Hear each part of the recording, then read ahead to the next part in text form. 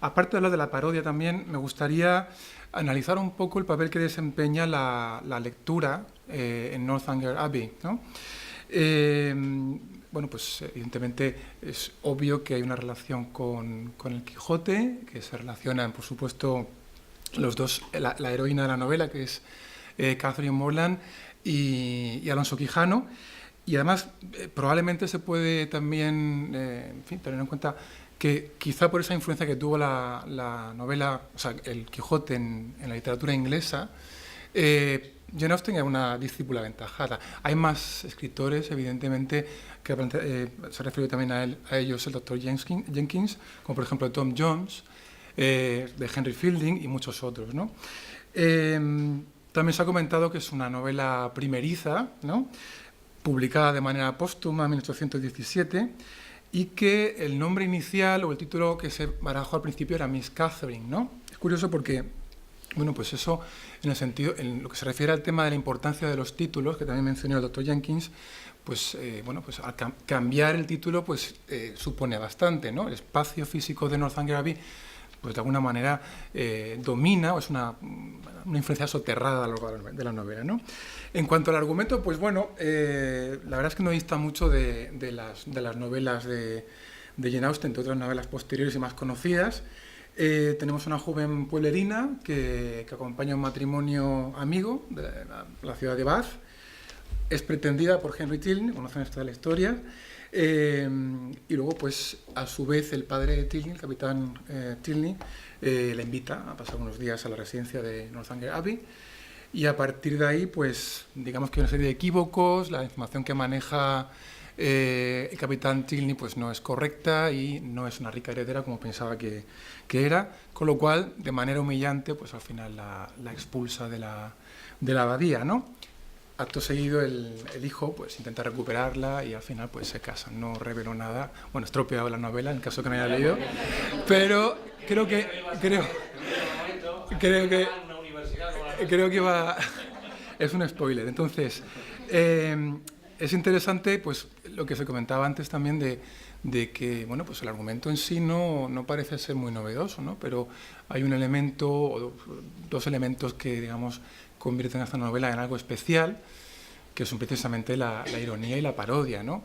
La ironía, pues, recorre toda la obra de Jane Austen constantemente, ¿no?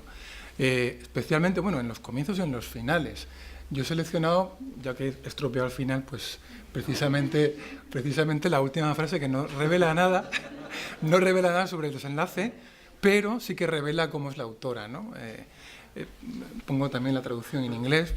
Entonces, pues la última frase la verdad es que tiene bastante, no tiene desperdicio. Dice: dejo en manos de quien lo considere oportuno decidir si la intención de este libro es recomendar abiertamente la tiranía paterna o recompensar la desobediencia civil. Bueno, pues ahí tenemos ya claramente una incursión más de las muchas que hay de la ironía, ¿no? Decíamos que la trama, digamos, no es realmente novedosa, pero hay elementos que también se han mencionado, por supuesto, en la novela que son muy, muy interesantes, como es la inserción de la ficción dentro de la ficción, convirtiendo la novela en una novela metaficcional, por supuesto, siguiendo la estela de Cervantes, y encontramos así un entramado muy interesante en el que lectores, personajes y la literatura en sí misma pues interactúan, ¿no? Y se interrelacionan, ¿no? Y por supuesto la lectura en esta novela ocupa un lugar fundamental, ¿no? La novela gótica en concreto es el género que parodia, y en ese sentido me gustaría hablar, pues sí es verdad que la influencia del Quijote en cuanto a técnica es evidente, no es la única escritora, como ya he comentado antes, pero hay concretamente una obra que se llama The Female Quixote o The Adventures of Arabella, de Charlotte Lennox, publicada en 1752, que nos ofrece precisamente una versión de una especie de Quijote femenino, ¿no? De un Female Quixote, ¿no? Claramente Jane Austen conoce esa obra, ¿no? Pero va más allá, gracias a la parodia, ¿no? Entonces, resulta interesante también en ese aspecto, pues un ejemplo más de parodia y de ironía es cómo comienza la novela, ¿no? tenemos una heroína, pero ya desde el principio no parece que la propia autora considere que sea una heroína, por lo menos en el aspecto que tiene que ver con lo gótico, con la novela gótica. Si es una heroína, ya veremos más adelante, en otro sentido. ¿Veis? Por ejemplo, la cita que tengo aquí, pues eso, nadie que hubiera visto a Catherine Morland en su infancia habría podido imaginar nunca que estaba llamada a ser una heroína. Bueno, pues tenemos más ejemplos de heroína a lo largo de la obra, evidentemente, que no solamente afectan al tratamiento del personaje, sino también al propio estilo de la obra, ¿no? Por ejemplo, hay un ejemplo muy interesante que me llama mucho la atención. Cuando la heroína, cuando Catherine Morland es expulsada de manera humillante de la residencia de Northanger Abbey, encontramos primero una recreación del estilo de la novela gótica, para a continuación encontrar la voz de la narradora, de la novelista, de Jane Austen, creando una especie como de anticlimax o una especie de digamos, contrapunto cómico, ¿no? Luego, a continuación, la cita para que el regreso a su pueblo natal de una heroína al término de sus andanzas, con el aura de una reputación recobrada y toda la dignidad de una condesa, escoltada por una larga fila de nobles parientes en sus diferentes faetones y seguida de 3 doncellas en otros tantos coches, es un acontecimiento en el que la pluma de un creador se detendrá con fruición. Pero mi asunto es muy diferente. Nuestra protagonista regresa a su hogar sola y desgraciada, y no hay ningún júbilo en su espíritu que pueda inducirnos a la minuciosidad descriptiva. Una heroína a bordo de un triste coche de posta produce tal impresión en los sentimientos de cualquiera que el tema no admite ninguna aproximación a la grandeza o al patetismo. Bueno, pues se ve claramente, ¿no? Como también él es consciente, reelabora el estilo, la parodia es permanente, no solamente en la temática, sino también en lo que es la propia prosa de la novela. Por otro lado, me parece interesante también, creo, digamos, analizar cuál es realmente hasta dónde llega la parodia, ¿no? No solamente encontramos la parodia de esa novela que tantas veces se menciona, que es The Mysteries of Udolpho, de Anne Radcliffe, sino que también yo me atrevería a decir que utilizar la novela gótica o esa parodia, sirve para hacer también una sátira de los usos sociales de la época. Es decir, me atrevo a distinguir los grandes grupos de personajes en la novela, que son los que leen novelas y los que no. No sé si es un poco a lo mejor atrevido, pero dice mucho de cada personaje, ¿no? Las novelas góticas claramente ciegan a Catherine Morland, ¿no? Y alteran, pues, su percepción cabal de la realidad, pues como le puede ocurrir a Don Quijote. Pero no es menos cierto que hay otra ceguera, de la que digamos, son víctimas los personajes más aferrados a la realidad más prosaica, como es el capitán Tilney, que es la ceguera producida por la ambición, ¿no? Entonces, a mí me parece que es muy interesante, y es otro ejemplo, otro giro más en la ironía y en la parodia. Es interesante cómo a través de la parodia de la novela gótica, va más allá, y a lo mejor realmente lo que quiere sugerirnos Jane Austen es que Catherine Morland realmente es una heroína real, en el sentido de que, no de novela, sino real, en el sentido de que finalmente triunfa, ¿no?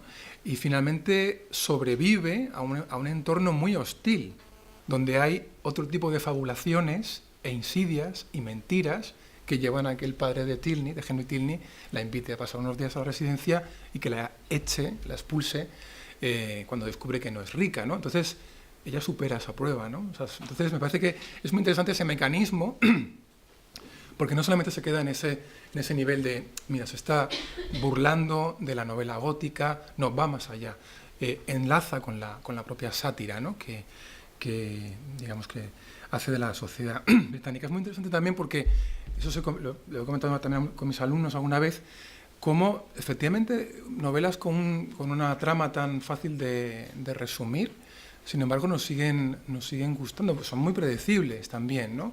Pero algo hay en el estilo y en la ironía y en la parodia que nos atraen, y algo hay en esa capacidad para hablar de lo local de una manera que tenga un impacto, o sea, que llegue a cualquier parte del mundo, ¿no?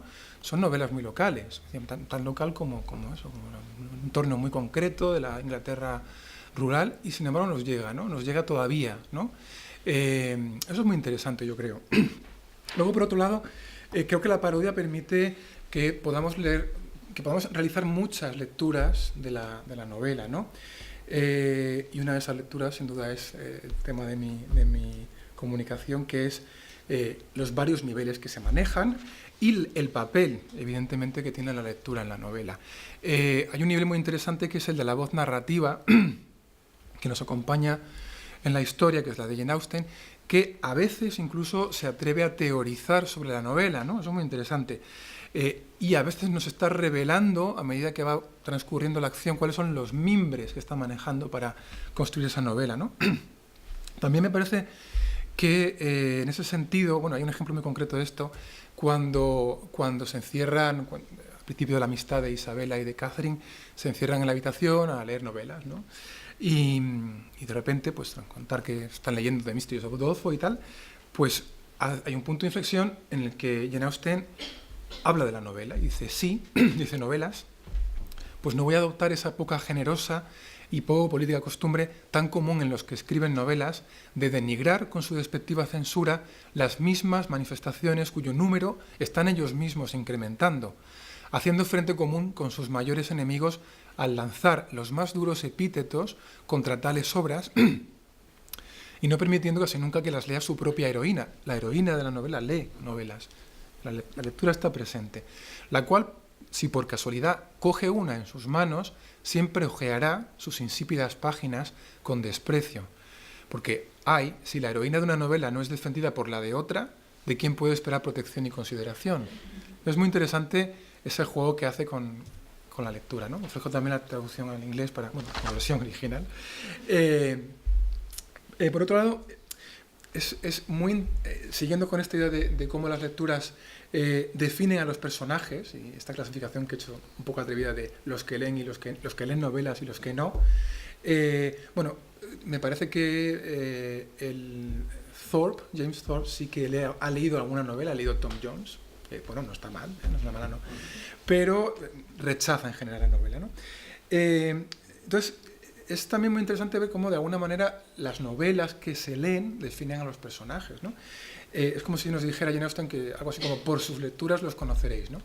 Y al principio de la novela, concretamente, nos dice la autora, la narradora, que para poder lograr su formación como heroína, las lecturas de Jane Austen pues fueron poca literatura gótica, creo, Pope, Gray, Thompson y Shakespeare, ¿no?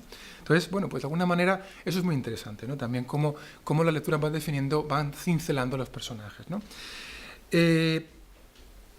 También me parece que es otro de los momentos clave de la novela que mejor ilustran la manera en que Catherine Morland lee el mundo, tiene lugar cuando ésta describe el paisaje de Beechen Cliff a Henry Tilney, ¿no? Y mientras contempla el paisaje, pues le comenta lo siguiente, me parece muy significativo. Dice, no puedo mirarlo sin que me recuerde al sur de Francia, dijo Catherine mientras paseaban junto al río. A lo que pregunta Henry, ¿ha viajado al extranjero? Dice, no, me refiero a lo que he leído. Siempre me recuerda al país que Emily y su padre recorrían en los misterios de Udolpho. Pero usted nunca lee novelas, ¿no? Lee novelas. Por eso acaban como acaban, ¿no? Y esta cita que he escogido me ha hecho pensar en... Profesor, el doctor Jenkins comentaba antes los elementos, digamos, en qué medida ha sido precursora la modernidad de Jane Austen, ¿no? Muchas veces los autores, como son geniales, Shakespeare, pues se adelantan a su tiempo. Comentaba, por ejemplo, la influencia del indirect speech, ¿no? La narración del estilo indirecto, que luego ha sido pues explotada más en Flaubert y muchos otros escritores hasta la actualidad. Y otra cosa, por ejemplo, que me llamó la atención esta cita precisamente es que me ha recordado a un ensayo de Oscar Wilde publicado posteriormente que se llama The Decay of Lying, ¿no? En el que afirmaba polémicamente que la naturaleza imita al arte, ¿no? Entonces parece como que lo que está explicando, lo que está comentando en otra época y con otros preceptos estéticos, ¿no? Es que de alguna manera los libros que leemos, los cuadros que contemplamos, las películas que vemos, condicionan nuestra visión de la realidad. Bueno, pues aquí lo tenemos también, ¿no? O sea, está diciendo que lo que ha leído le hace ver, ¿no? Le hace ver a través del velo de la literatura Francia, que no, donde nunca ha estado, ¿no? Un lugar exótico para un lector en esa época, ¿no? Y me he permitido escoger un párrafo de ese ensayo que recomiendo de Oscar Wilde, porque viene precisamente a sugerir esta idea, y también he pensado cuando comentaba el doctor Jiménez cómo la parodia necesita constantemente renovarse, lo que también se ilustra un poco en este texto, ¿no?, que leo a continuación. Dice, en la actualidad, es un diálogo, como ustedes saben, en la actualidad la gente ve nieblas, no porque haya nieblas, sino porque los poetas y pintores le han enseñado la belleza misteriosa de tales efectos. Ya nadie que posea verdadera cultura, por ejemplo, habla jamás de la belleza de una puesta de sol. Eso está trasnochado, ¿no? Las puestas de sol están totalmente trasnochadas. Son de cuando Turner era el último grito del arte. Ayer la señora Arundel, a la que define como una filistea, aquí no lo he puesto, se empeñó en que me asomara a la ventana para contemplar el glorioso atardecer. ¿Y qué era aquello? Era sencillamente un Turner de muy segundo orden. Un Turner de una época mala, con los peores efectos del pintor amplificados y exagerados.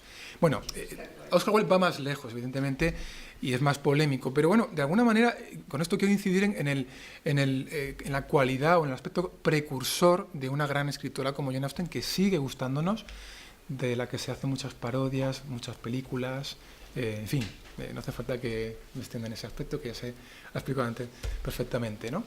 Y bueno, pues para terminar, me gustaría comentar que yo creo que Jane Austen en Northanger Abbey lleva a cabo un muy original experimento donde parodia la literatura gótica, ¿no?, como es evidente, satiriza la sociedad de su época e incluso, como también he comentado, teoriza sobre la novela. Es decir, la verdad es que en ese sentido incorpora muy bien las enseñanzas de Cervantes a todos los niveles, ¿no?, porque probablemente lo leyó bastante bien, ¿no?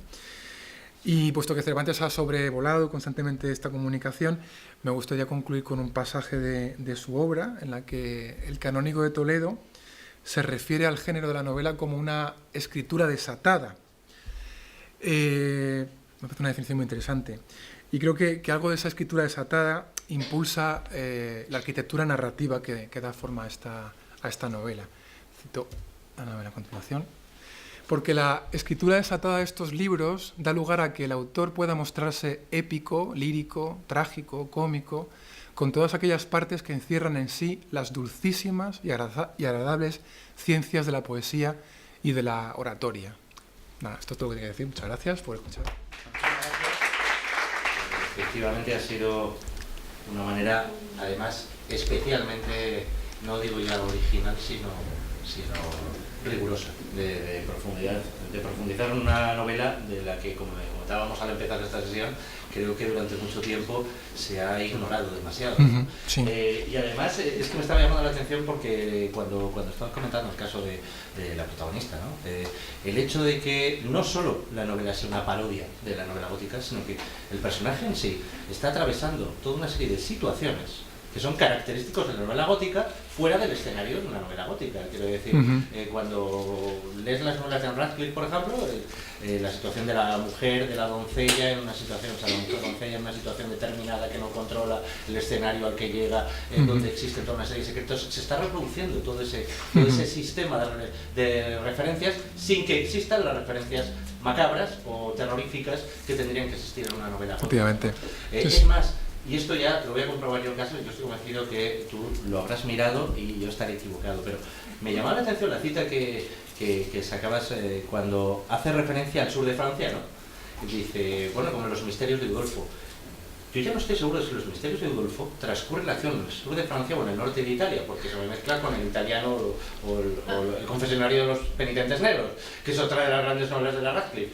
Pero lo que te quiero decir es que podría incluso no estar ambientado en el sur de Francia y sí en el norte de Italia, pero para ese personaje, el sur de Francia, el norte de Italia, la España romántica o los dibujos de David Roberts es un poco el mismo magma, ¿no? Salvaje y romántico, ¿no?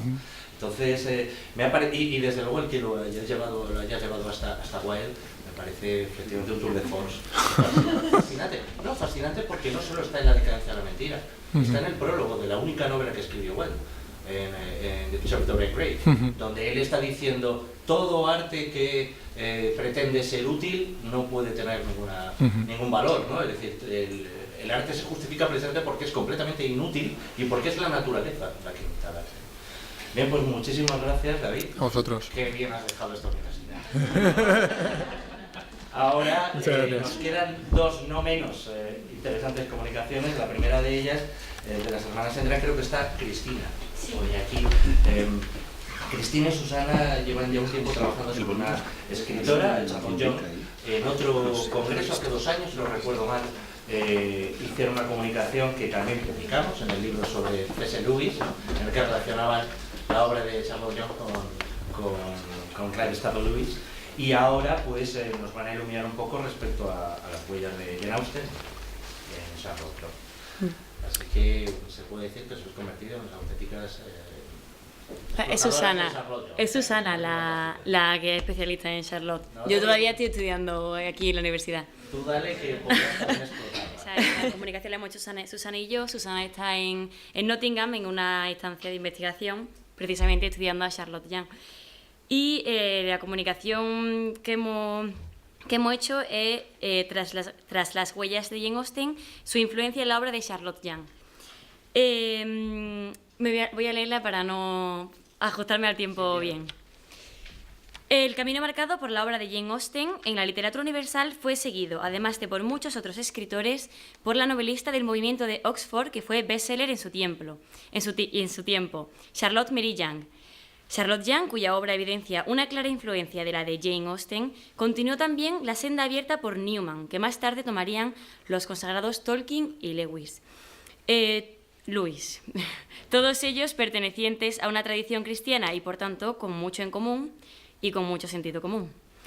De hecho, Lewis era un gran admirador tanto de Jane Austen como de Charlotte Young, a cuyas obras se refirió en diferentes escritos.